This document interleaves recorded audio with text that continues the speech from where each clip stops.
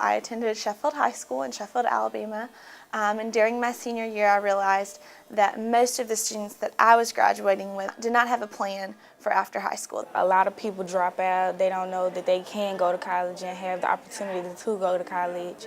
A lot of students think that they cannot go to college because they think that their parents don't have money. They don't know financial aid is out there. When I got to Alabama as a freshman in 2008, I realized that that was not unique to my school. There were schools across our state that were facing the same problem, and something really needed to be done to help that. And so from that was born Blueprints. Alabama is a low-income state. And we do not have that history of educational attainment. Only 32% of Alabama working age adults have a college degree versus 38% nationally. With Blueprints, we're trying to build relationships so that kids can decide for themselves the path they want to see in their life, the blueprint for their life, and support them in achieving it.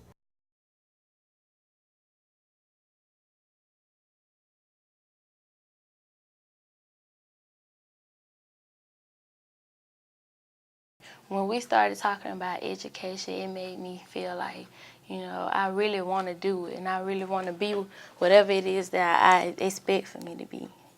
Most schools don't put out much information on college, and the fact that you guys came out here and talked to us about the festival, I'd never heard of that really. That was my first time actually hearing about different scholarships. Like, there's so many scholarships you can get. I never heard of that. I really thank you guys for that because I would have never heard it probably. When we started the program, we were working with high school juniors, which seemed like the ideal age to start talking with these students about the processes involved with applying to college. But what we quickly learned was that we were reaching them too late. One of the best things that I encountered was the idea that my GPA is important, that my freshman year is not something that's an afterthought, that I really need to start really preparing not only grade-wise, but also in terms of the classes I choose to take. When it comes time to register for the next semester, the question of do I go AP or IB or do I stay regular, a lot of these kids with the Blueprints are going with the advanced track, and that's a good thing.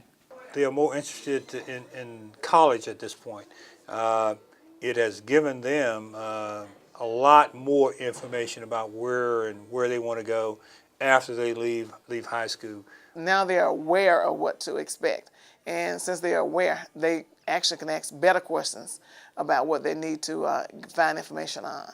In my day, you just had to have a high school diploma, but now a high school diploma is not sufficient enough. McDonald's is even requiring you to have a high school diploma, and I know that this future, that's not what they want to work at McDonald's. An educated population obviously is going to attract more industry to the city and to the state.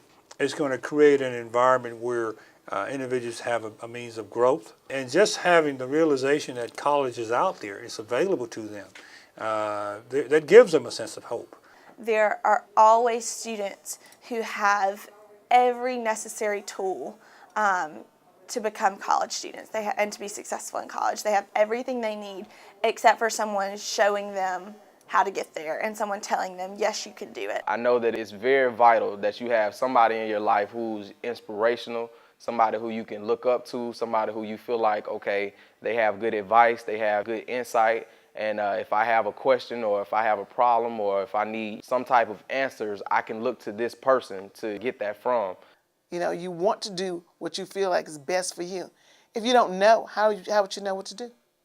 But if someone else is demonstrating, you always say, I want to be like that. That's why kids want to be like basketball players or rappers or whatever, because they see this. All of a sudden, these students are here in your hometown, in your community, talking to your kids, and the kids are saying, okay, I might not like biology, but this one said they like psychology. This one said they like history. This one was going to be a sports medicine person. I never heard of sports medicine, but now there's a new opportunity for me. There's a new horizon for the child. A new door has been opened.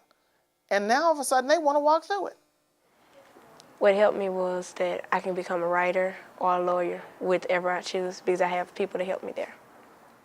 No, we're going to stay with this as long as we keep power. If you watched this earlier this afternoon, we had a tornado just like that came through Coleman. Our state took a big hit on April 27th. 43 of Alabama's counties were impacted by the tornadoes. 43 of Alabama's 67 counties were impacted by the tornadoes, and about 86% of those have poverty rates higher than the national average. Low-income communities are much more vulnerable to and less resilient after natural disasters like the tornadoes. And what we see is that when families are struggling to make ends meet, the struggle is to put food on the table. Alabama is the least food secure state in the country. The struggles are day-to-day struggles.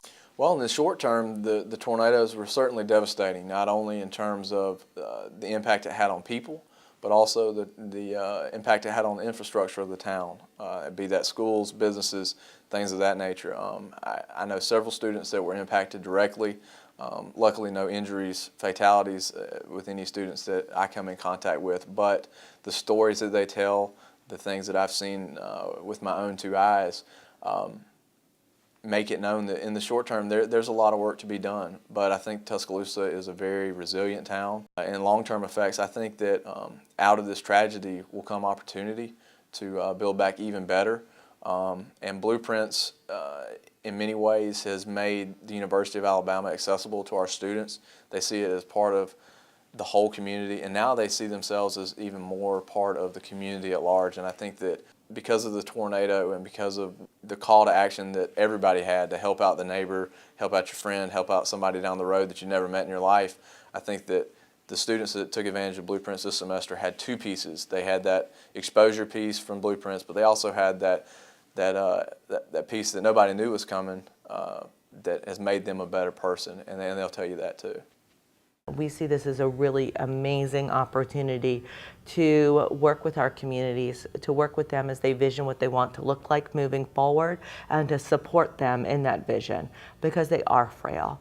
Our communities are very frail, and we really want to support them in their progress. Well, students are our future, and if they're not prepared, what does our future look like? The United States is a country of innovators, and colleges in the modern setting, I think, foster innovation. They foster new ideas. We don't need people working in cubicles. We need people coming up with the next big idea. Wake up, like politicians, you know, teachers, family members, neighbors, students, little barbershop on the corner, like everybody plays a part. Like, this is very important, to go to school, to get an education, and to, you know, take what you've learned and take what you've experienced and then share it with somebody who's coming up behind you. It's not the kids' fault. It's not their fault. They don't know about college. They don't know what they're supposed to be doing. And if they do know, they're still kids. It's our job. It's all of our responsibility to get them to wherever they can be a self-sustaining citizen. It's our responsibility to do that. And if we don't do it, the poverty numbers are just going to escalate. There's no, I mean, those are our two options, so I don't know why you wouldn't want to invest in our own future. My name is Willie Collins, and I'm going to be a forensic scientist. My name is Ashley Harvey, and I want to be a prosecutor. Hi, camera. My name is Taylor Sinclair Pryor, and I'm going to become a professional makeup artist. My name is Darmithia Sawyer, and I would like to be a physical therapist. My name is Karina Ashford, and I'm going to UAB to be a neurologist. My name is Justin Bryant, and I'm going to be a meteorologist in 4 years, so be looking out for me.